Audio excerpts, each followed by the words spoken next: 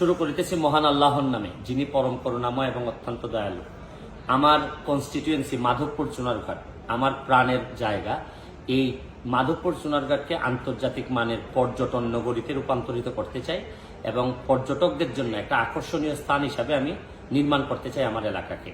এই জন্য আমি সারা বাংলাদেশের যারা এই পরিপূর্ণ পর্যটন নগরী বানাইতে একটা প্ল্যান আমি আপনাদের কাছ থেকে আহ্বান করতেছি। যারা এইসব নিয়ে কাজ করেন অবশ্যই 3D আকারে এই প্ল্যানটা আমাদেরকে দিতে হবে। যারা ফার্স্ট হবেন একদম প্রোগ্রাম করে তাকে 3 লাখ টাকা দেওয়া হবে।